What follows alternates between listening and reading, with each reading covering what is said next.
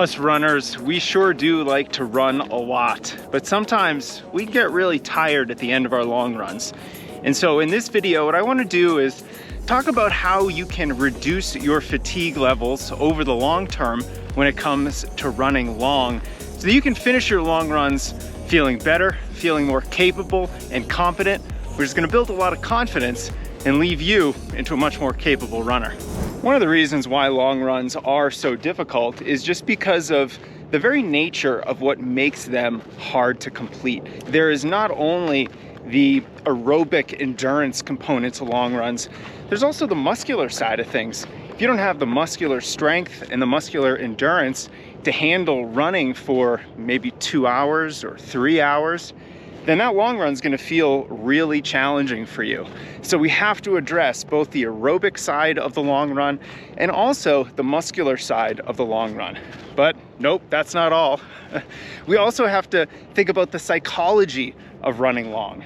It is really challenging for us to feel good and to feel aggressive at the end of a long run, because a lot of the times our fuel is low, our levels of mental stamina and toughness are at their end. So these are all things that we have to address in our training, especially if you are training for long races, particularly the marathon or any of the ultra distances. If that's you, then the long run is definitely the most important run of the week. So let's make sure we get it right. Now, one of the things we want to do with long runs is we want to address why they're so hard physically. And the best way to address that is to do a long run regularly. You know, I'm very dismayed sometimes by some of the free plans you can download online, some of these stock training plans for runners, because a lot of the times they treat runners like they have kid gloves and there's a cutback long run almost every other week. Now, if you're training for the half marathon or longer, the long run's the most important run for you that you're gonna do during the entire week. So why would we cut it back every other week? Why would we put ourselves at that kind of a disadvantage? The injury risk of doing a long run every week is not so high that we should be cutting it every other week. So point number one is to do a long run regularly. Let's make it almost a weekly occurrence. Of course, once in a while, you can take a cutback long run. Sometimes you might not really be doing a substantial long run if you're recovering from a big race, but most of the time, we should have a decent long run in our schedule. That's gonna make sure that we are practicing this skill regularly. We are very regularly going a little bit beyond what makes us comfortable, and that's gonna spur those endurance adaptations to ensure that we keep gaining endurance and getting faster. This video is sponsored by Inside Tracker, our newest partner for the YouTube channel, and I couldn't be more excited. They are an ethical company. They are a company that I've been using personally for years, and they're one of the most reputable blood testing companies in the country. Inside Tracker tests your blood very simply. They look at over 40 different biomarkers, from stress hormones like cortisol to testosterone levels and vitamin D, also that you know what's going on inside your body. So you can tell if you're undertraining, you're overtraining, you're optimally training, or if you just have any other health issues that might be going on that might be impacting your running. And like I said, I've been using them for years. I've gotten numerous ultimate tests, and I'm about to get my third, and I added on the DNA kit. This is gonna be really special for me, just to get a more in-depth look at what's going on inside me, so that I know if there are any red flags that I have to address. And that part of the whole procedure is why I love Inside Tracker, because you know what they do? They don't just give you a report showing you how your markers might be in the zone or outside the zone.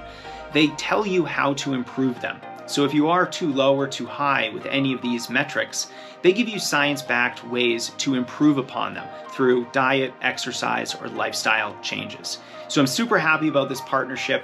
And if you go to insidetracker.com/strengthrunning, use code strengthrunning, you're gonna get 25% off any test that they have. This is a great offer, and I'm really excited to partner with this company, so I hope you take advantage of it. That's insidetracker.com/strengthrunning, and use code STRENGTHRUNNING to save 25% off on any test. Now, it's not just about the long run. We also want to make sure we're supporting the long run, because ultimately what we're after is aerobic adaptations. We want endurance. Now, we're not just getting endurance through our long run. We're also getting endurance from our overall weekly mileage and the other longer runs that we do. So your long run should also come within the context of a relatively high mileage program. Now, that doesn't mean you have to go run 80 miles in a week or even 50 miles in a week. High mileage is relative to you. So always keep an eye towards trying to run a little bit more. That is going to help support that long run, and it's going to make sure that your long run isn't something that your body isn't used to. You're regularly running a fairly high amount of miles, and that's going to help the long run feel better on a weekly basis. Now, the other component to this too is your medium long run. Now, your medium long run is just the second longest run that you're going to do during the week, and usually it's midweek. Usually it's evenly spaced roughly from your long run on the weekend, and this is a run that is not quite as long as your long run, but not quite as short as your average run throughout the week. It's usually a little bit longer, sort of that halfway point. If you can be doing these three things, making your long run consistent, trying to run a little bit more than usual and really prioritizing high mileage for you, and making sure that you're getting in a good medium long run, those long runs are going to start to feel easier and easier over time. Now, the last piece of this puzzle, if you want to make sure your long runs are feeling easier over time and they're not just taking so much out of you, is to make sure you're actually getting strong. Usually this is in the weight room, although you can use body weight strength exercises to do this too. But getting stronger is really going to address the problem with muscular fatigue at the end of a long run. Ooh, it is windy out here today. And when it comes to muscular fatigue, there's not a lot we can do about it. We can run regularly, we can try to run a lot, and by giving ourselves a lot of exposure to running longer distances, we're going to gradually adapt and get more and more comfortable with doing them.